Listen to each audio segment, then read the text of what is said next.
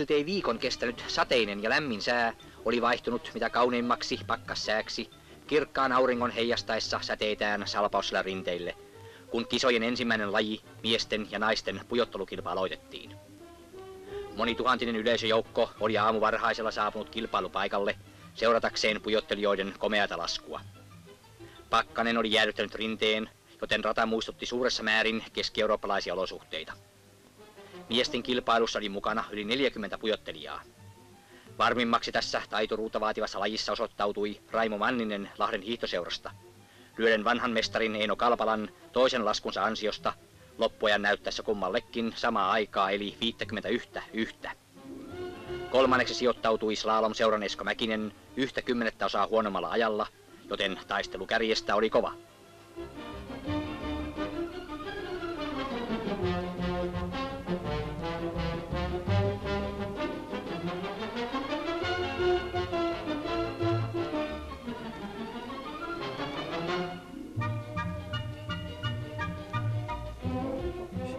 Siis minä olen syntynyt tässä ihan vieressä, eli Kauniaisissa, missä me nyt olemme. Ja tämä rinnekin on tässä aivan vieressä. Ja vuosi oli 1941. Ja sillä lailla, jos mä nyt saan vähän mennä niin kuin taaksepäin. Eli jo mun isä ja äiti, ne olivat tällaisia, ne kävivät Lapissa. Ja he valmistuivat tämmöisiksi hiihdon opettajiksi, nimenomaan niin kuin laskettelun puolella. Ja sitten kun he tulivat sieltä Lapista, niin he aloittivat täältä, niin mun isä oli hyvin innokas ja aloitti niin kuin opetuksen, siis lähinnä sitten aikuisille, ketkä olivat kiinnostuneita käännöstekniikan opettaminen. Ja minä olin silloin pieni poika, joku alle 10 tietenkin ja niin poispäin. Ja mä pääsin sitten mukaan heidän retkille. He tekivät retkiä muun muassa Oittaalle, joka on tässä lähellä, ja sitten täällä Jorvin niityllä, siis nykyisen Jorvin sairaalan rinne, joka laskeutuu tuonne Turun tielle, niin siellä mä muistan tehneeni jopa ensimmäisiä käännöksiä. Samoin Oittaalla. Mutta sitten varsinainen alppihiihtohan alkoi tietysti tässä omassa mäessä, Kauniaistenmäessä. Ja vuodestahan minä en muista sillä lailla, mutta no täällä Kauniaisissa oli paljon tai sanotaan urheilu oli. Kesällä oli maastojuoksua ja sitten talvella oli hiihtoa, siis murtomahiihtoa ja sitten pujottelua. Ja täällä oli silloin jo, kun minä olin alle 10, niin oli jo niin kuin toimintaa. Sitten minä aloitin siellä mäessä. Isä varmasti vei ja siitä, sitten oli siellä vanhempia ja valmentajia ja siellä se alkoi sitten se varsinainen laskeminen. Ja sitten kun siellähän on nyt keskiviikkokilpailut, jotka tänäkin päivänä vieläkin on mukana kuvioissa, niin niitä aloitettiin jo silloin varmaan 50-luvulla, jolloin minä olin 10 plus. Yksi muisto minulla on siis vuodelta 1947, jolloin mä olin 6-vuotias, ja mulla on jopa valokuva siitä. Se on Nuuksionmäestä, ja se oli Nuuksionmäen, eli FK37 mäen niin kuin avajaiskilpailu, jossa mä lasken siellä. Silloin mulla ei ollut vielä pujottelusuksia. Junioreina mä kilpailin varmasti täällä Kauniaisissa, sitten Nuuksiossa. Saattoin olla jossakin Ruotsin Pyhtäällä kilpailemassa. Ja ehkä en tiedä, oliko silloin vielä Klaukkalassa, tuskinpa. Et ne oli melkein nämä, missä me kävin silloin aivan alkuaikoina. Ja muistan yhden kilpailun Kauniaisissa, jossa oli se on täytynyt olla 50-luvun alkupuolella, niin mä olin silloin, jonka mä sitten voitin. Se oli yksi kansallinen kilpailu, anteeksi. se oli niin kuin se oli täällä näitä kilpailuja, kunnes sitten päästiin vuoteen 1955, jolloin mä lähdin ensimmäisen kerran Suomen mestaruuskilpailuihin, siis juniorimestaruuskilpailuihin. Ja ne pidettiin tuolla juuri mainitsemassani Ruotsin Pyhtäällä. Eli se oli niin kuin Huuhkajavuori. Ja sinne mentiin sitten millä mentiin, varmasti tuommoisella kuorma-autolla, jossa oli lava päällä täältä. Silloin mä olin 13-vuotias, en ole täyttänyt vielä 14. Täytin sinä talvena 14, mutta mä en ole vielä täyttänyt, koska mä täytän huhtikuussa. Ja mä olin sillä 5. Ja voittaja oli Seppo Leinonen. Mä muistan sen erittäin hyvin, sen kilpailun. Ja sitten seuraavana vuonna oli 56, jolloin mä olin 14 vuotta, täytin 50 sinä talvena, mutta se oli alle 18 vuotta ja silloin minä olin toinen. Mä sain niin kuin hopeamitalin ja se mä muistan erittäin hyvin myöskin, mulla on siitä valokuva. No niin, minä olin vuonna 1956, jolloin mä olin jo ollut yhden kerran, eli edellisenä vuonna olin jo ollut mukana Suomen mestaruuskilpailuissa alle 18 vuotta. Olin sen verran niin kuin lahjakas, kai todettiin, koska meidän seuramme lähetti minut sinne. Ja minä menin ja meitä oli siellä aika monta. Ne oli suurin piirtein ne muut, mitkä oli siinä joukkueessa, niin ne olivat kyllä 18 tai 17. Minä olin ainoa tällainen vähän nuorempi. Ja en muista nyt siitä niin kauhean paljon enää tässä näin vanhana, että millä tavalla me mentiin, mutta todennäköisesti mentiin junalla, koska se on kuitenkin niin pitkä matka, ja sitten mentiin sen jälkeen varmasti bussilla tai jollakin tämmöisillä yleisillä kulkuneuvoilla joka tapauksessa. Ei meillä ollut täällä siihen aikaan mitään tämmöistä, ei meillä ollut autoja esimerkiksi ollenkaan. Koska jos me mentiin kilpailuihin, niin me mentiin yleensä, se oli sellainen kuorma-auto, missä oli lava päällä ja siellä istuttiin sitten penkeillä ja tuijotettiin taaksepäin, kun tie hävisi näkyvistä. Mutta tämä puijoreissu oli kyllä, silloin mentiin junalla. Ja kai me sitten yövyttiin jossakin matkustajakodissa todennäköisesti. En muista yhtään niin kuin tuommoisia yksityiskohtia, mutta sen muistan, että se meni hyvin ja että olin toinen. Ja se oli niin pieni sensaatio, koska ei siellä ollut kuultu meikäläisestä Puijolla. Puijolla oli kuitenkin aika vilkas toiminta. Siellä oli paljon laskijoita, niin kuin tämä Matti Ipatti, joka oli suuri tähti sillä Puijolla siihen aikaan. Oli siellä muitakin, mutta nimiä en muista. Kun minä näin ensimmäisen kerran Puijo Rinteen, niin mä olin aivan haltioissani. Siis minä tulen Kauniaisista, jossa on pikkumäki. Mä tulen Puijolle ja olin tietysti kuullut jo Puijosta, että mikä on Puijo. Ja Puijollahan sehän on legendaarinen nimi Puijo jo. Kalskattaa hienolta ja siellä on Puijon torni ja kaikkea, se oli maja. Ja mä ihastuin siihen mäkeen heti ensin näkemältä, niin se oli niin kuin pitkä, se oli vaihteleva, siinä oli jyrkännettä ja siinä oli kaikki, mitä pujottelurinteestä vaaditaan, minun mielestäni siihen aikaan. Se oli todella, se oli elämys tulla Puijolle. Se oli niin kuin olisi lähtenyt suureen maailmaan. Sen verran poikkesi kyllä siitä, mihin minä olin tottunut. Rata oli vaihteleva. Siinähän on Puijon mäkeä mukaellen. Siellä on alkussa on vähän loivempaa ja sitten on pientä jyrkännettä ja sitten taas loiva ja sitten loppujyrkänne. Sitten maalissussi vielä. Niin se oli oikein hyvä pujottelu. Kyllä siinä piti käyttää oikeaa tekniikkaa, että pärjäsi, koska ne muut, jotka siellä laskivat, niin ne ei ollut niin teknisesti niin taitavia kuitenkaan. Ja se vaati vielä vähän niin kuin, siinä mielessä vaati tekniikkaa, että se oli niin pitkä, että siinähän väsyy. Me olimme tottuneet tämmöisiin lyhyisiin mäkiin, niin kuin 20 sekuntia. Siellä oli kuitenkin aika, oli varmasti paljon pitempi, ainakin 40 sekuntia veikkaan. Oliko Rinne jäässä? Sitä minua on vaikea muistaa. Mä veikkaan, että se oli kova. Se saattoi olla jopa jäätä paikkapaikoin. mä olin tottunut jo laskemaan kyllä jäällä, että meillä oli Kauniaisissa aina melkein jäätä. Ja jos ei sitä ollut, niin me pyydettiin kerrankin tuli palokunta jäädyttämään se vedelle. Että kyllä me osattiin jäädä laskea.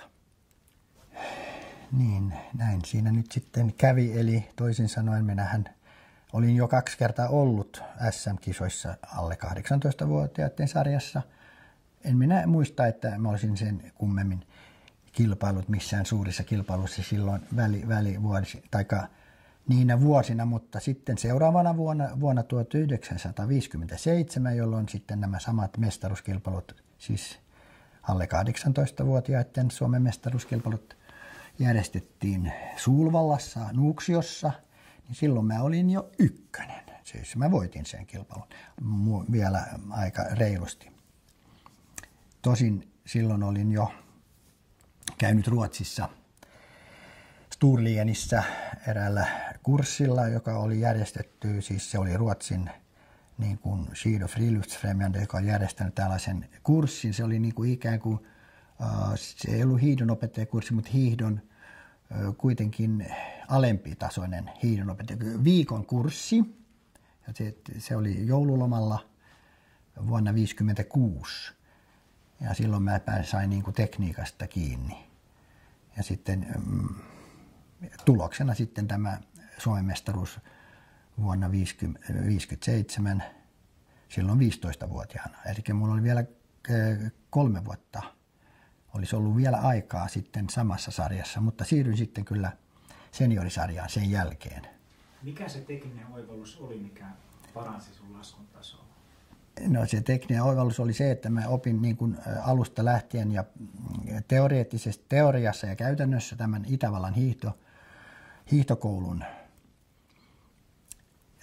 joka opettajana oli Torsten Kjessel-niminen ruotsalainen erittäin pätevä hiihdonopettaja. Hän oli pitkä ja kroppa oli sellainen, että hän pystyi näyttämään myöskin nämä kaikki eri vaiheet siinä tekniikassa. Ja siinähän tekniikassahan puhuttiin niin kuin Helpress eli Fersenschub, siis suomeksi varmaan kantapään työntö, ja oli niin sitten tietysti lantion liikkeet ja kaikki. Ja siellä kurssilla oli vielä sellainen erittäin hyvä asia, että me laskettiin jäätä, me laskettiin puuteria, me laskettiin jopa sellaista lunta, missä oli pehmeätä lunta ja kuori päällä, joka on hyvin harvinaista. Mä en muista milloin, kun mä myöhemmin sellaista lasken, mutta semmoista me laskettiin, jolloin opittiin laskemaan sitäkin. Piti tietysti tehdä kovasti työtä ja saa brushne, aivan, että sai sukset kääntymään ollenkaan. Siellä oli teoriaa ja siellä oli käytäntöä ja se oli erittäin hyvä. Toki oli meillä ollut sitä ennenkin opetusta Kauniastenmäessä, koska meillä oli ollut muun muassa Åren hiihtokoulun opettaja tai hiihtokoulun johtaja Kurt Paulsson niminen myöskin vähän kävi täällä meillä opettamassa tai pitämässä kurssia. Se oli ennen tätä. Eikä sieltä olin saanut myöskin sitten opetusta niin kuin tähän käännöstekniikkaan, joka oli tosin se Paulsonin tekniikka oli kyllä vähän vanhanaikaisempaa. Tämä, mitä mä opin Sturlienissä vuonna 1956, niin se oli se uusi. Eli Itävallan tämä officieller Schillerplan, Österreichische Schillerplan. Jalat yhdessä. Kyllä, jalat laskettiin siihen aikaan yhdessä ihan täysin. Mutta siinä oli lantiotyöskentely ja sitten oli kantapään työntö, oli merkittäviä siis tekijöitä siinä käännöksessä. Tänä samana vuonna 1957, niin oli sitten Holmenkollen Kandahar-kilpailut Norrefjellissä ja Rödkleivassa, eli Oslon lähellä, niin kuin samoissa rinteissä, missä oli pidetty vuoden 1952 olympiakilpailut. Ja sinne valittiin Suomen joukkue. Ja karsinnat pidettiin, siihen aikaan pidettiin karsintoja, ei valittu suoraan. Karsinnat pidettiin Turengissa, Kiianlinnassa, ja se oli ensimmäinen kerta, kun minä kävin Kiianlinnassa. ja siellä se oli K.A. Ebbin mäki, yksityismäki siihen aikaan. Ja siellä laskettiin sitten niin kuin sanotaan 4 kertaa tai 5 kertaa tai 6 kertaa eri ratoja. Ei ollut varsinainen kilpailu, vaan siellä laskettiin monta laskua ja sitten jurie tai valitsijamiehet ja valitsijalautakunta, ketkä siihen aikaan olivatkaan Hiihtoliiton alppivaliokunnan puheenjohtajana, taittoi olla Tauno Juurtola, niin valitsi sitten minut myöskin siihen, koska mä laskin sen verran hyvin. Vaikka mä muistaakseni laskin uloskin, mutta kuitenkin mulla oli joku nopeakin lasku siinä, niin mä pääsin sitä kautta joukkueeseen. Mua ei valittu suoraan, mutta mä muistan, että mä olin Kauniaisissa, oli kai joku kilpailu ja sitten mua kehotettiin menemään mukaan. Minähän olin silloin edelleen vasta 15 mutta mut valittiin siis tosiaan sinne Norefjelle ja Rödleivan, eli Holmenkollen Kandahar kilpailuihin, jonne me sitten matkustimme.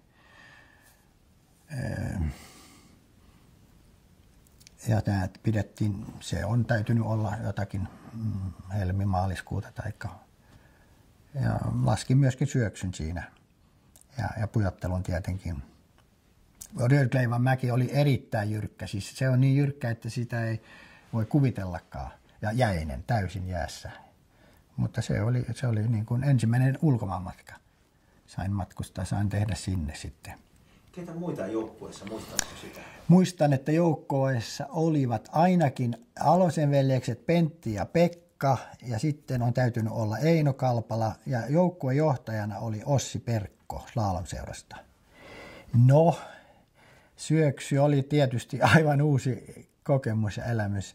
Se oli jännittävää, erittäin jännittävää. Minä tykkäsin siitä todella kovasti, siis koska minulla ei ollut sellaisia pelkoja, että nythän tästä joudutaan mihinkään vaaratilanteeseen. Minä ajattelin asiaa sillä tavalla, että minä lasken, mulla ei ollut syöksysuksia, mulla oli tavalliset pujottelusukset. Mä ajattelin, että minä lasken sen ja mä kääntelen ja kaartelen ja tulen alas sitten omalla ajallaan. Ja niinhän mä teinkin tietenkin, ei siinä ollut mistään kysymys siitä, jos mennyt niin kuin muna-asentoon tai vastaavaa. Vaan se oli vaan niin kuin laskemista. Ei siinä voinut muuta tehdä. Mutta tietysti vauhti oli kova. Mutta vauhdin otin pois sillä lailla, että mä tein käännöksiä. Mä en naurannut sentään missään vaiheessa. mutta sitten ja pujottelu oli paljon parempi jo. Siinä oli muistaakseni, kun mä taisin katsoakin vanhoja, mun yksi lasku oli oikein hyväkin. Mutta toinen sitten olen laskenut ulos ja ehkä joutunut tamppaamaan tai jotain vastaavaa, niin että lopputulos ei ollut mikään hyvä, mutta maalin tulin. Se on niin kuin tärkeää. Ja paljon kokemusta sain siitä, koska se oli niin kuin ensimmäinen. Ja siellähän oli sitten tietysti Norjan parhaat, Asle Sjåstad muistaakseni voitti ainakin toisen ja sitten ketä siellä ollut. Stein Eriksen ei ollut enää mukana, hän oli jo siirtynyt ammattilaiseksi USAhan. Seuraavat ulkomaan kokemukset tulivat sitten melko pian, koska vuoden 1957 kauden jälkeen niin seuraavana vuonna pidettiin Bargasteinissa maailmanmestaruuskilpailut. Ja siinä oli taas se tilanne, että syksyllä, eli joulukuussa järjestettiin karsintaleiri ja karsintakilpailut Rukatunturilla. Siellä me olin mukana ja mä laskin siellä niin hyvin, että mut valittiin maajoukkueeseen, eli Bargasteinin MM-kisoihin vuonna 1958. Meillä oli, sen mä muistan hyvin, me asuttiin siellä jossakin Heikkalan majassa ja se oli kylmää ja pimeätä ja illalla sitten pimeällä juostiin tuolla liukkaalla maantiellä tietysti, kun valmentajat oli mukana ja sitten hiihdettiin, eli laskettiin puolipimeydessä silloinkin, koska eihän siinä ollut valokaan niin hirveän hyvä kuin tänä päivänä. Ja siellä laskettiin jälleen näitä monta laskua. Ei ollut varsinaista kilpailua, vaan se oli laskuja ja sitten katsottiin, että kuka pärjää ja kuka ei.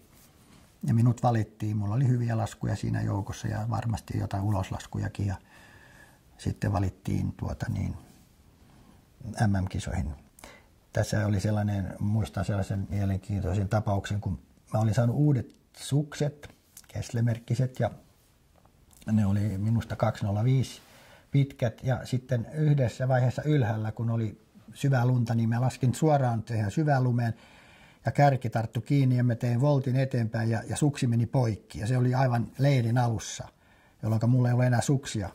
Mutta mä sain sitten lainata Heikki Hampaalalta vähän pidemmät 20 kesslesukset, jolla mä laskin ne loppulaskut ja niillä mä sitten pärjäsin kuitenkin, että sain paikan sinne kisoihin. Ketä muita lähti Bargasteinin kisoihin?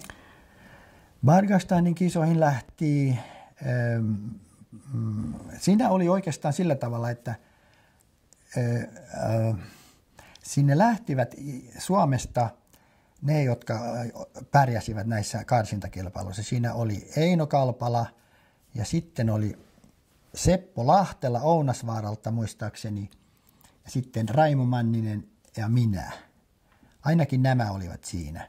Sitten oli vielä itseoikeutettuna tai jollain tavalla ulkopuolelta ilman karsintaa tuli Kalevi Häkkinen. Ja hän ei ollut Suomessa, hän oli jossakin muualla, hän oli ulkomailla, mutta valitsijat katsoivat, että hän on sen verran hyviä tuloksia esittänyt, että hänet valittiin ilman muuta. Hän oli niin kuin itseoikeutettu siinä joukkueessa. No kerro niistä kisakokemuksista. Miltä tuntui olla maailmanmestaruuskilpailussa? Sä olit vielä aika nuori. Silloin mä olin tosiaan 16, en täyttänyt vielä 17 ja siis Bargasteinissa vuonna 1958 ja se oli hieno kokemus. Mehän olimme olleet jo silloin ennen Adelbodenissa ja sitten Wengenissä ja Kitzbühelissä ja sitten mentiin sitten tänne Bargasteiniin. Siellä oli vähän, koska meitä oli 5, niin 4 sai vain osallistua aina kilpailuun ja mä joudun laskemaan, nyt en ole varma laskinko syöksyn, todennäköisesti laskin ja suurpujottelun laskin, mutta pujottelun en päässyt laskemaan ja se mua tietysti vähän harmitti, koska se on mun paras laji. Mutta siellä oli viisaammat, jotka tiesivät, että ketkä pärjää paremmin ja näinhän se piti olla. Mutta suurpujottelussa olin paras suomalaisista, 36. Toini Sailerin jälkeen siis, ja sitten Manninen oli 48. Ja en muista sitten niitä muita sijoituksia. Sä mainitsit tässä, Uffe, että olitte jo käynyt muutamissa isoissa kisoissa ennen tätä, niin kerro vähän sen, miten siellä osallistuminen eri lajeihin tapahtuu, että silloinhan ei ollut vielä semmoista erikoistumista kuin mitä on nähty viime vuosina, niin miten sä menettelit näiden eri lajien osalta? Meillä oli kyllä silloin jo, kun me tulimme tänne Adelbodenin vuonna 1958 tammikuussa, niin me saimme kyllä sitten suksia niin kuin tehtaalta. Me saatiin sain suurpujottelusukset ja pujottelusukset, mutta syöksysuksia minulla ei ollut vielä sinä talvena ollenkaan. Ja ne tulivat hyvin paljon myöhemmin. Mutta kyllä meillä oli erikoissukset ja sitten mutta muuten se oli niin kuin yleensä oli varmasti näin, että ensin oli suurpujottelu ja sitten oli pujottelu, anteeksi. Ja sitten vauhtilajit alkoi vauhtilajeja ja sitten pujottelu oli se viimeinen. Ja ne oli peräkkäisinä päivinä. Tietysti siinä oli naisten kisat välillä, niin se oli joka toinen päivä oli joku kisa ja toisena päivällä sitten saatiin huilata. Mutta ei ollut mitään sen kummempaa, että kaikki ainoat erilaisuudet olivat sukset. Muuten oli sama varustus tietenkin. Osallistuitko sä kaikkiin lajeihin? Osallistuin alusta lähtien kaikkiin lajeihin. Minä osallistun kaikkiin lajeihin alusta lähtien. Sen mä muistan erittäin hyvin, koska mä olin Wengenissä, siis Laubehonissa, ja mulla ei ollut syöksysuksia, mutta yksi amerikkalainen Tom Corcoran-niminen, joka oli Amerikan joukkueessa, niin hän sääli mua ja katsoi, että toi pikkupoika, sillä ei ole suksia vielä. Hän lainasi minulle yhdestä pari, hänellä oli varmaan useampi pari. Ja mä sain sitten 2 20-vuotiset kestlet häneltä lainaksi ja laskin sitten niillä sen syöksyn. Nyt en muista, oliko tämä 58 vai vasta sitten seuraavina vuosina, mutta joka tapauksessa tämmöinen on jäänyt mulle mieleen. Että ei meillä ollut hirveästi silloin varustuksia. Miltä se tuntui se syöksyn laskeminen, koska sähän et ole voinut päästä paljon harjoittelemaan? Minä en ole päässyt harjoittelemaan syöksyjä oikeastaan ollenkaan ennen kuin minä lähdin sinne Keski-Eurooppaan. Ja mutta oikeastaan sitten oli kuitenkin näin, että siellä saatiin laskea aika paljon ennen kisaa. Oli harjoituspäiviä monta päivää ja vielä non-stop sitten päällä, joka oli se viimeinen niin kuin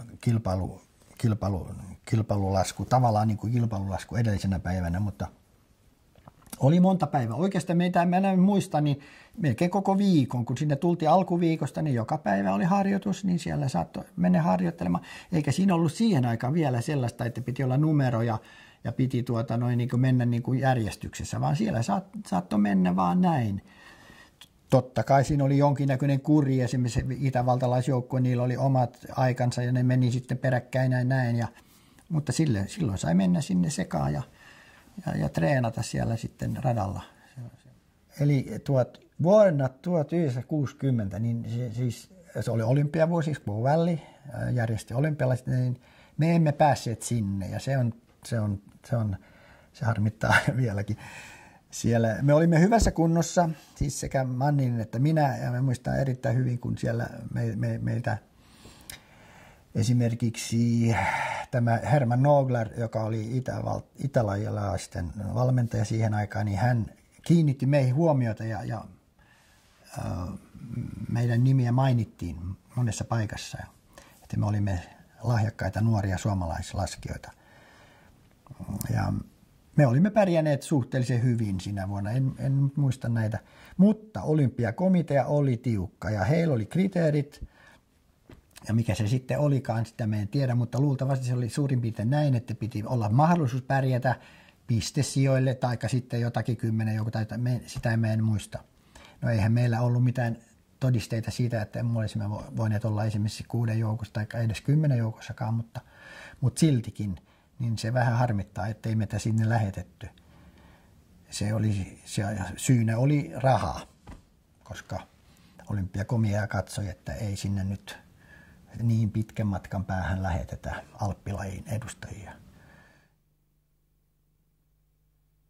Televisiokameramme on tällä kertaa Nuuksion Pujottelumäessä Suurvaran urheiluopiston läheisyydessä ja laskuvuorossa on parhaillaan Chamonixista vastikään kotiin palannut Ulf Ekstam, joka juuri syöksyy tuolta rinnettä alas. Hän oli MM-kilpailuissa 11 meidän valttiassamme Raimo Mannisen kanssa ja kuuluu siis maailman ehdottomaan parhaimmistoon. Tämä lasku tuli häneltä hylättyä, toinen jalka meni äskeisen portin väärältä puolelta ja portti kaatui. Ja nyt on laskuvuorossa Raimo Manninen, meidän viime vuosien paras miehemme. Raimo Manninen on muun muassa viime vuoden Holmenkollen voittaja ja MM-kilpailussa hän myös menestyy parhaiten. Tälläkin kertaa lasku on teknisesti erinomaista, sukset pysyvät hyvin yhdessä ja nopeutta miehellä on enemmän ehkä kuin kenelläkään tähän saakka, siltä ainakin näyttää. Noin.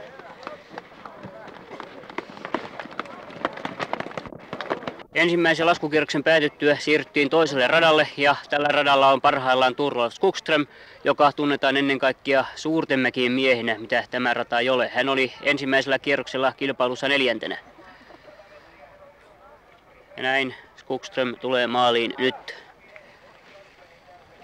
Pentti Alosella, joka nyt on vuorossa, oli ensimmäisen laskukierroksen jälkeen sama aika kuin Raimo Mannisella.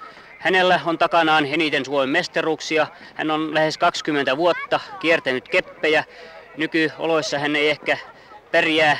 Hänen tekniikkaansa on hiukan sitä vanhaa ranskalaista, mutta kuitenkin lyhyissä rinteissä hänen voimansa riittävät hyvin suorituksiin.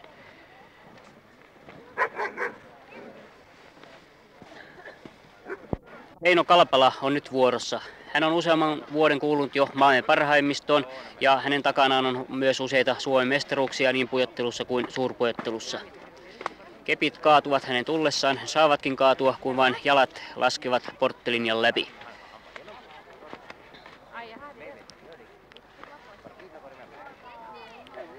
Ja noin on Kalpala maalissa.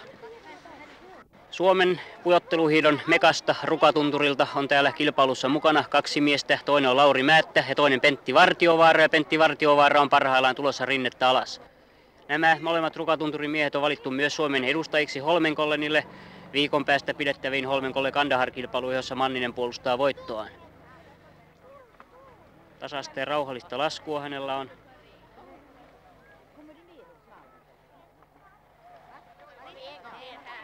Kysymme muutaman sanan miesten kilpailun voittaja Raimo Manniselta, joka tässä on meidän vieressämme. Raimo Manninen, sinä joka laskit siellä Keski-Euroopassa pääasiassa pitkiä rinteitä, kerro nyt meille, miltä tuntui laskea tällaista lyhyttä laskua täällä Suomessa. No, se oli vähän outo, kun on lyhyt rata ja tottunut siihen vauhtiin, niin kyllä se on hauskempi laskea pitkää rataa. Niin maali tulee täällä vähän liian äkkiä vastaan. Joo, siinä ei kerki lämpeneekään oikein. No kuinka monta kertaa pitempi on semmoinen keski-eurooppalainen rata kuin tämä rata, mikä tässä sinun käytössä nyt oli? No, 3-4 kertaa pitempi se on. Niin, aikaa siinä saa 3 kertaa enemmän myös käyttää, niin siinä erotkin syntyvät paremmin kuin tällä kertaa ne on 10-osissa. Joo, siinä 70 paikkeen ajat on. Chamonix vuonna 1962, se on jäänyt mieleen ainakin joiltakin osin, koska siellä oli ensinnäkin, meillä oli aika iso joukkue, siellä oli meitä oli jopa 4 tai 5, ainakin 5. Siellä oli syöksy, siellä oli suurpujottelu, siellä oli pujottelu tietenkin. Ja pujottelussa oli näin, että ensimmäisen kerran käytettiin sellaista menetelmää, että siellä oli niin kuin karsintakilpailu. Ensin karsittiin 30 parasta ja sitten finaalissa laski 30 parasta sitten. Eli yksi lasku, josta otettiin 15 ja sitten toinen lasku, josta otettiin myöskin 15. Me pärjäsimme erittäin hyvin. Muistaakseni Manninen oli 8 ja minä taisin olla 10 omassa erässä sillä lailla, että me olimme molemmat sitten finaalissa. Ja silloin satoi lunta silloin päivänä, eli tämä finaalipäivänä, ja se tuli TV:stä Suomessa ensimmäisen kerran varmaan suora lähetys Suomen televisiossa, ja mustavalkoinen oli TV. Mutta mä muistan vaan sen, kun isä ja äiti katsoivat sitä kotona ja jännittivät siellä, että miten pojan käy. Ja jälkeenpäin olin katsonut tuloksia, niin ei ne niin huonot ollut. Manninen oli 10 ja minä olin 11 tässä pujottelussa. Ja me olimme parhaat pohjoismaalaiset, mikäli mä nyt en aivan väärin muista. Syöksyn osallistuimme myöskin Mannisen kanssa, en muista tuloksia, ja samoin niin kuin suurpujottelussa. Sitten siellä oli, lopputuloksissa oli Alppi yhdistetty, joka koostui näistä kaikista 3 erään määrätyn pistelaskusysteemin mukaan. Ja taisin olla siinä 11. Se nyt ei ole mitään ihmeellistä, mutta ihan vaan niin kuin for the record mä tsekkasin tuolta hiihtäjästä, se oli 11.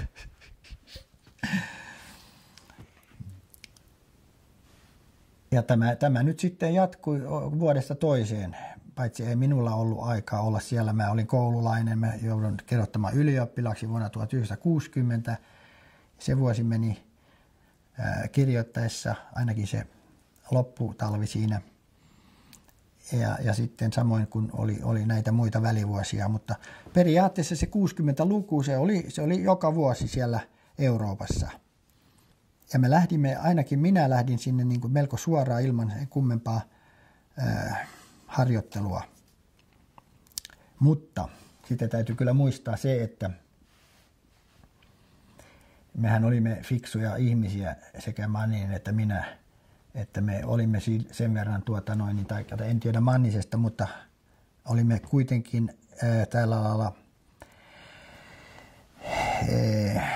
keksimme muita keinoja, eli aloitekykyä. Koska minä tiedän, Manninen oli monta vuotta, ainakin osittain parina vuonna itävaltalaisten maajoukkueen kanssa. Ja hän sai sitä kautta hyvin paljon oppia ja apuja, koska hän liikkui niiden mukana.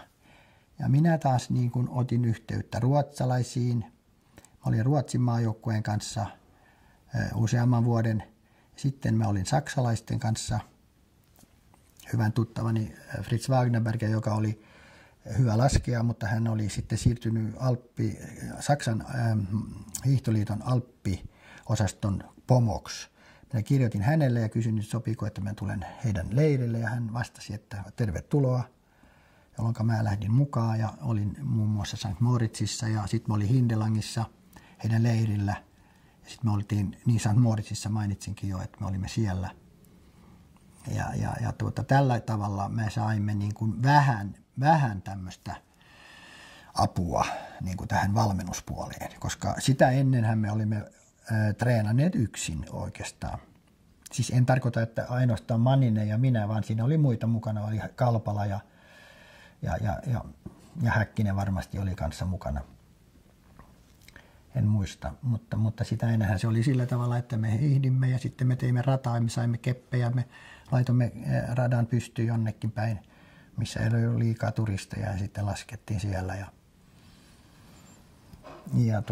Mutta tämä oli kyllä hieno kokemus saada olla sitten ruotsalaisten ja saksalaisten kanssa. Ja Mannisella oli erittäin hyvä apu siitä, kun hän oli Itävallan joukkueen kanssa. Mä luulin, että se päättyi siihen oikeastaan. Tämä on mun oma tulkintani vaan, että hän rupesi pärjäämään niin hyvin, että he eivät enää halunneet hänet mukaan leirille. Koska Manninen hän oli atleetti. Se oli semmoinen, että Suomesta ei löydy semmoista atleettia siihen aikaan. Jos katsoo hänen ruumissa, niin se oli pelkkää terästä. Se oli niin kuin teräsmies. Hän harjoitteli ja oli hyvä. Ja se näkyi tuloksissa. Hän jaksoi puurtaa ja hänestä tuli hyvä syöksymies, hän tuli hyvä suurpujottelu, hyvä pujottelu. Hän oli kaikissa hyvä. Hän oli ensimmäisessä ryhmässä melkein kaikissa lajeissa jonakin vuonna. Olisiko se nyt ollut sitten 60-luvun keskivaiheella. Siis hän on ollut niin hyvä, että hän on ollut ryhmässä. Niin kuin minäkin olin sitten ykkösryhmässä vuonna 1965 suurpujettelussa. Meillä oli 15 listalla. Meillä oli silloin, kun me menimme niin kuin näihin kilpailureissuihin, niin me saimme kyllä matkat täältä Suomesta. Hiihtoliitto kustansi, mutta sitten jos me halusimme jäädä sinne, niin sitten se oli oma kustannus. Ja sitten taas joinakin vuosina kun ei ollut MM-kisoja eikä olympiakisoja, niin meille ei järjestetty mitään oikeastaan. Me saimme itse hoitaa kaiken. Mutta yksi asia, mistä mulle tulee mieleen, että millä tavalla me saatiin niin kuin rahaa, niin se oli se, että me saatoimme myydä suksia ja sitten Siinähän oli nämä merkkitehtailijat, eli suksimerkit, ja sitten me saimme ilmaiseksi suksi. Se oli onneksi niin kuin yksi hyvä puoli, että emme tarvitse sentään ostaa suksia. Ja siitä voidaan varmaan kiittää osittain sit maahantuojana, joka oli Eino Kalpalan ja Osmo Kalpalan omistama Fagento Oy, joka hoiti tämän, että me saimme tehtaalta suksia. Ei tosin ihan mielinmäärin, mutta 3, 4, 5, ehkä 6 paria saimme. Ja sitten me möimme ne lähinnä sitten kauden jälkeen. Ja siteiden osalta oli kanssa sellainen, että me saimme siteitä, me voimme käydä hakemassa siteitä. No se oli Marker, joka oli siihen aikaan se meidän sidemerkkimme. Ja me saimme näitä laatikoita ja saatoimme sitten myydä, jos tuli ylimääräisiä. Toisena kilpailupäivänä suoritetaan Holmenkollenilla pujottelu. 5000 henkeä on kertynyt seuraamaan alppihiihtäjien notkeaa puikkelehtimistä täpärien porttien vaiheilla. Suomalaiset yllättävät positiivisesti. Erityisesti vaalea lahtelainen huoltomies, 20-vuotias Raimo Manninen menestyy sijoittumalla 47 kovasta kilpailijasta 6. Hän on paras ei-keski-eurooppalainen pujottelija tässä kilpailussa. Pienikin epäonni tässä kansainvälisten mittojen mäessä vuoden 1952 Olympiamäessä maksaa monia kalliita sekunteja. Mutta tasaista on meno, tällä rinteellä taistellaan jopa sekunnin sadasosista. Suomalaisia Eino Kalpala, Erik Aikala, Pentti Alonen.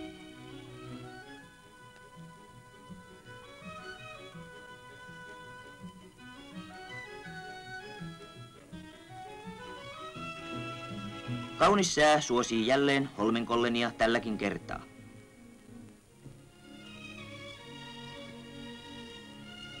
Itävallan Egon Zimmermannista tuli pujottelun voittaja. Tietysti kyllä me halusin tulla maailmanhuipulle, se oli selvä. Molemmilla meillä oli se tavoite, mutta se ei toteutunut. No aika lähelle pääsimme.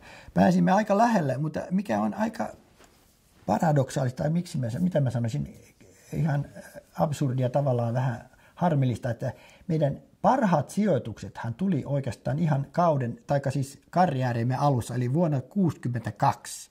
Me otimme 10 ja 11, ja ne oli meidän parhaat tämmöiset suurkilpailutulokset, siis olympiatulokset. Ne oli 62. Silloin me olimme vasta me olimme 20-vuotiaita, ja kyllähän meillä olisi pitänyt sitten siitä lähtien sitten se kausi olla, tai kunto tai tulokset pitäisi parantua ja mennä ylöspäin. Ja näinhän se oli suunniteltu, tai ainakin minä suunnittelin ja Manninen. Mutta kyllähän FIS-listauksen osalta näin tapahtui. FIS-listauksen osalta tapahtui, kyllä. Se pitää paikkansa, että FIS-listauksen osalta. Mutta mehän haluttiin kyllä niitä mestaruuksia, eli sehän on selvä, se on jokaisen urheilijan tavoite, että se pärjää tosi hyvin, eli maailman huipulle ihan niin kuin. Ja valitettavasti meillä oli sekä Mannisella että meillä on erittäin hyviä tuloksia niin kuin tämmöisissä muissa kilpailuissa. Manninen voitti Norjassa yhden syöksyn, se oli Holmenkolle Kandahar, ja voitti Schrantzin esimerkiksi silloin. Ja minä olen voittanut tuolla Jellivaarassa, Ruotsissa, olen voittanut suurpuettelun. Ja Norjassa olen voittanut yhden suurpuettelun Kongsbergissä. No se oli pikkukilpailu, mutta kilpailu kuitenkin. Ja paljon hyviä tuloksia. Mutta ne on ollut yleensä niin kuin sitten keväämällä, kun tämä suuret kisat on ohi. Eikä me ei saatu koskaan sitä täysosumaa, mitä me olisimme kaivanneet MM- taikka olympiakisoissa. Ja sehän johtuu siitä, että meillä ei ollut valmentajia, meillä ei ollut johtajia, meillä ei ollut lääkäreitä, meillä ei ollut fysioterapeutteja, meillä ei ollut suksen kunnostajia, meillä ei ollut niin kuin mitään. Seuraavaksi sitten oikeastaan en tiedä nyt seuraavaksi kronologisesti, mutta vuosi 1966 oli erilainen vuosi sillä lailla, että MM-kisat järjestettiin Chilessä, Etelä-Amerikassa ja siis toisella puolella maapalloa, eli toisella pallonpuoliskolla. Se oli silloin elokuussa, kun meillä oli täällä kesä parhaimmillaan. Ja sinnehän minut valittiin ja Manninen tietenkin, mutta Manniselle kävi huono tuuri, koska hän katkaisi jalkansa Vuokatilla saman talven vuoden 1966 talvena Vuokatissa. Hän katsoi tarkasti syöksyrataa ja oli luisunut siinä ja Marqueside oli ollut liian tiukalla, näin mulle on kerrottu, en mene ollut paikan päällä. Ja sitten se oli vaan, hän oli kaatunut yli ja suksi oli tarttunut kiinni ja siksi side ei ollut auennut ja jalka oli mennyt poikki. Siinä ei ollut mitään. Ja se oli sitten hänen kautensa oli pilalla sillä tavalla, että minä olin yksin sitten, mutta onneksi mä olin taas ruotsalaisten kanssa ja meillä oli leirit sitten muun muassa siellä Stilfsa Joh, Paso Stelviossa ja jossakin muussakin paikassa kesällä siis. Ja joukkueen kokoontumispaikka oli semmoinen kuin Ragal Itävallassa, koska ruotsalaisilla oli itävaltalainen valmentaja nimeltä Fridolin Burcher ja siellä hänellä oli hotelli ja siellä me asuimme ja treenasimme sitten välipäivinä ja sitten mentiin taas Gletscherin treenaamaan.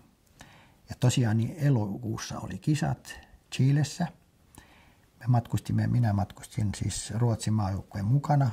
Omat varusteet tietenkin, eli Suomen joukkueen puku ja siihen liittyvät varusteet. Ja lento kulki Zürihin kautta Monrovia ja sitten Rio de Janeiro ja Montevideo ja sitten Santiago de Chile. Ja sitten me olimme siellä, kilpailimme ensin Farellones-nimisellä paikkakunnalla, jossa oli kaikki lajit, nyt siellä ei ollut syöksy, se oli vain suurputtelu ja pujottelu. Sitten oli Chile. Niin, tässä rahoituksesta tuli vaan mieleen, että se rahoitettiin osittain ainakin sillä tavalla, että jotkut ystävälliset pujottelun ystävät järjestivät semmoisen gaala-illallisen, taikka ei ehkä gaala-illallinen, on ehkä väärä sana, mutta kuitenkin illallinen mestarin tallissa siellä Töölössä. Ja sitten siellä oli musiikkia ja siellä Anki Lindqvist lauloi ja siellä oli puheita ja siellä oli täysi tupa. Sen minä muistan erittäin hyvin. Ja siellä kerättiin sitten rahaa minulle. Se oli sen juhlan tarkoitus. Ja mä sain semmoisen hienon tämmöiset kannet, missä on kaikkien nimet, jotka olivat osallistuneet tähän keräykseen. Ja mä sain sieltä semmoisen pienen potin, joka oli erittäin tervetullut tietenkin. Ja matkahan maksettiin kyllä liiton taholta, mutta siellä piti myöskin olla ja elää ja muuta. No tämähän oli sitten valitettavaa, että mä olin yksin ja mä asuin vielä sitten Saksan maajoukkueen lääkärin kanssa ja hän latras viskiä illalla, että mä en saanut oikein nukuttua. No, tää oli tämmöinen vitsi sivuhaara, mutta valitettavasti, ja syksy meni hyvin, mä treenasin siellä ja laskin oikein hyviä aikoja, mutta valitettavasti sitten kaaduin ja katkasin käteni, jolloin mä en pystynyt osallistumaan kisoihin. Et se oli vähän niin kuin harmi, mutta mä sanoisin, että tähänkin osittain syynä on juuri tämä, että kun yksin matkustaa, niin ei siinä hirveän helppo ole. Aivan yksin, siis ei ollut ketään, ei valmentaja, ei johtaja, ei mitään. No mä olin ruotsalaisten joukkueen mukana sillä lailla, mutta eivät he minua pitänyt kuitenkaan heidän joukkueen jäsenenä, vaan mä olin suomalainen ja erilainen tietysti. Näinhän siinä kävi. Olin myöskin 64 olympialaisissa mukana. Se on selvä, koska sehän oli just sitä parasta aikaa vielä. 62 jälkeen niin tuli 64 ja se oli vain 2 vuotta väliin. Ja silloin olimme taas Mannisen kanssa. Siellä oli tietysti isompi joukkue, koska silloinhan siinä oli, me asuimme Olympiakylässä, missä oli kaikki muutkin. Siis. Ja siellä oli kyllä, ei ollut muita kuin minä ja Manninen, nyt jos mä muistan. Minä en ainakaan usko, että siellä olisi ollut muita. Ja se oli sellainen talvi, jolloin oli hirveän vähän lunta koko Euroopassa. Siellä ei ollut päässyt, esimerkiksi minä en ollut päässyt harjoittelemaan syöksyä ollenkaan, ei kertaakaan. Et se oli ensimmäinen niin kuin tutustuminen syöksyyn Innsbruckissa ja se oli kova ja se oli jäinen ja se oli nopea ja kaikkea tätä. Manninen on harjoitellut jossakin itävaltalaisten kanssa, ja hänellä oli vähän paremmat edellytykset ja etulyöntiasema, mutta me pärjäsimme aika hyvin siellä. Me olimme 20 päälle siis molemmat, sekä Manninen että minä. Hän oli mua vähän parempi. Meillä oli oikein hyvät lähtökohdat ja suurpujottelu ja pujottelu ei mennyt hyvin. Se meni taas huonosti. Olitteko te ensimmäisessä arvontaryhmässä pujottelussa? Ei oltu. Siellä oli taas tämä karsintasysteemi, että 15 ja 15 karsittiin finaaliin. Me pääsimme kyllä molemmat finaaliin. Sen minä tiedän, koska mä pääsin finaaliin ja toisella, mutta sitten itse kilpailussa laskin varmasti ulos. Sehän on se tavallinen, jos ei pärjää. Niin. Koska jos laskee läpi ja eikä tee virheitä, niin tulee hyvä tulos. Grenoble oli taas murheellinen sikäli, että Manninen katkaisi jalkansa. Ja etteikö se olisi ollut juuri tässä karsintakilpailussa, koska hän katkaisi jalkansa. Tai sitten se oli ensimmäisessä toisessa laskussa. Minä laskin sen sijaan läpi ja siellä voitti Jean-Claude Killy-niminen henkilö. Ja siinä oli sumua ja ei nähty mitään ja Karl Franz laski myöskin, mutta hän laski portin ohi ja hän yritti kyllä väittää varmasti vastaan, mutta portinvartija oli nähnyt sen. Seisoi vieressä ja se niskattiin siinä, eli hylättiin. Se oli aika dramaattinen kilpailu kyllä, muistan sen hyvin. Franz diskattiin. Sä olit 16. Mä olin 16 kyllä siinä pujottelussa, että se ei ollut mun mielestä mikä hyvä. Sehän ei ollut ollenkaan hyvä. Se ei ollut mitenkään hyvä. Siis mä katson taaksepäin, niin se tuntuu ihan mukavalta. Okei, sä oot ollut 16, mutta se oli tosi huono. Että kyllä meillä oli paljon parempaa tietysti sanotaan niin kuin panoksia. Sitten vielä tulee mieleen tämä, mistä syystä me emme niin hyvin pärjää. Tähän on selittelyä aina, koska aina pitää selittää, mutta se oli tämä välinen juttu, suksien suksien trimmaus ja ensinnäkin suksien valinta, eli mitä suksia me saatiin ja sitten miten niitä valmisteltiin, eli sanotaan niin kuin viilattiin ja voideltiin ja niin poispäin kaikkia. Että kyllä meillä oli, ainakin minä tunsin silloin, alkoi tuntua siltä, että ei ollut samalla tasolla kuin nämä muut. Siis sanotaan niin kuin Itävallan joukkue tai Ranskan joukkue, niillähän oli kaikki suksia, vaikka kuinka paljon, josta valita ja trimmata ja sukset valmisteltiin ja viilattiin ja ne testasi. Ja meillä oli yksi pari ja se oli siinä. No mä voisin kyllä sanoa oikeastaan, että kipein kokemus alppihiihtouralla ei se ole mikään yksittäinen tapahtuma, vaan kyllä se on nimenomaan sitä, että meitä ei silloin Mannisen kanssa niin kuin me olimme hyviä. Siis me olimme hyviä, meillä olimme lahjakkaita, meillä oli potentiaali, ettei meitä enempää niin kuin, autettu, toisin sanoen, ettei meillä ollut resursseja. En minä syytä ketään, ei siinä ole mitään. Tietysti hiihtoliitto oli silloin vielä vanhanaikainen, että siellä se oli hiihto ja mäenlasku ja yhdistetty, mutta pujottelu ei ollut vielä silloin mitään. Niin tämä on se, joka on kaikista kiperin.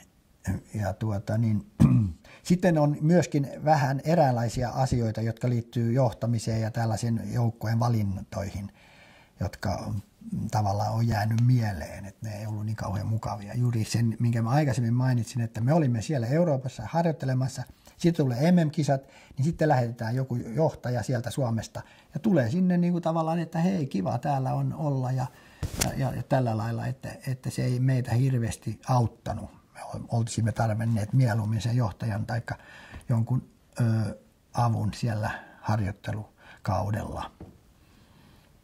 Ja sittenhän siinä oli myöskin jonkinnäköistä tämmöistä, niin kuin mä mainitsin, 58 jo oli semmoista, kun joukkoja valittiin, niin esimerkiksi minut ei valittu sinne pujotteluun. No se nyt on ihan sama, näin kun ajattelee jälkeenpäin, niin, mutta kuitenkin se jäi harmittamaan silloin, koska mä olin silloin paras. 1962 se oli Universiade, eli tuo ylioppilaiden maailmanmestaruuskilpailut. Ja minä osallistuin ja voitin pujotteluun. Ja sitten olin se oli Villars nimisellä paikalla Sveitsissä ja minä olin silloin palkintopallilla jäästadionilla nostettiin ylös ja minun kaulani ripustettiin kultamitali ja sitten soi maamme laulu. Ja sitten Suomen lippu nousi salkoin. Niin se on kyllä ihana muisto. Siellä ei ollut kauheasti väkeä, ei ainakaan suomalaisia. Tai olihan siinä Halosen Niilo ja sitten oli Klingan Esa, eli yhdistetyn mies ja mäkimies. Ja meitä oli 3 siellä. Ja minä voitin sen ja se on kyllä jäänyt mieleen. Totta kai se on niin kuin mun tavallaan paras, sillä lailla paras. Ja sitten mitkä muut on jäänyt mieleen, niin on nämä hyvät saavutukset. Esimerkiksi Hindelangissa, jossa olin toisena suurpuittelussa. Se oli FIS A-kilpailu, jonka voitti Leo Lacroix Ranskasta. Ja mulla oli numero 1, koska mä olin ensimmäinen arvontaryhmässä ja hän oli numero 2 ja minä hävisin niukasti hänelle. Mutta se oli loistava lasku. Mä muistan sen vieläkin, kuinka mä lähdin sieltä liikkeellä ja kuinka se lasku sujui, mutta lopussa mä niin kuin hyydyin, eli voimat ei riittänyt. Se oli niin rankkaa. Ei ollut riittävästi kuntoa eikä puhtia jaloissa, mutta silti se riitti 2. Siis nimittäin FISA vastaa nykypäivän terminologialla niin maailmankuppia, mutta ei se tarkoita sitä, että siellä olisi ollut kaikki maailman parhaat mukana, mutta kuitenkin oli suuri osa oli mukana silloin siinä kisassa. Ja sitten tietysti tämmöiset muut hyvät sijoitukset, niin kuin juuri tämä mainitsemani ykkössiä tuolla Jellivaaran suurpuittelussa, jossa oli mukana myöskin näitä huippuja Itävallasta ja Ranskasta. Ja sitten kaikki tämmöiset, sitten on jäänyt mieleen niin kuin nämä kanssakilpailijat tietenkin, hyvät ystävät ja paljon hyvää on jäänyt mieleen.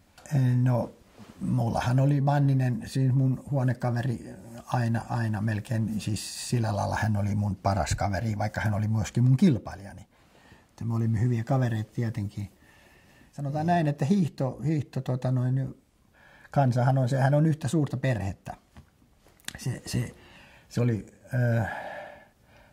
Se tuli hyvin esille esimerkiksi siellä Chilessä, kun oli vuonna 1966 nämä maailmanmestaruuskisapailut Portillossa, niin siellä oli ainoastaan yksi hotelli ja kaikki asuvat samassa hotellissa, jolloin se muodostui vielä enemmän tämmöiseksi yhteenkuuluvaisuuden tunne, tuli niin kuin konkreettisesti esiin siinä. Se oli aika mukava oikeastaan. Ja otin kyllä mallia, jos me siitä tekniikasta puhutaan sen verran, että mulla oli tämä kirja, tämä Österreichische Skilehrplan, joka on Itävallan hiihtokoulun tämmöinen opus, missä on kuvat tämmöiset, siinä on kuvat niin kuin näin, tiedätkö, peräkkäiset kuvat, jolloin pystyy seuraamaan sen liikkeen. Niin kuin se on vähän niin kuin tänä päivänä video, mutta se oli kuitenkin kirjassa. Ja se on erittäin hyvä. Sen mä luin kannesta kanteen monta kertaa. No tavoitteeni oli kyllä nousta maailman huipulle, eli tarkoittaa mitali maailmanmestaruuskilpailussa tai sitten olympialaisissa. Kyllä se on ollut tavoitteena. Mutta se jäi valitettavasti saavuttamatta. Mutta nyt lohdutuksena mulla on tämä universiaadien maailmanmestaruus, eli akatemian maailmanmestaruus, jossa aina silloin tällöin joku huomaa kehua tai kertoa. Ja siitä olen ylpeä. Kyllähän se niin on, että harva kuitenkaan saavuttaa sen, mihin hän pyrkii. Mutta hyvää se on ollut olla mukana. En vaihtaisi päivääkään pois, jos niin voi sanoa.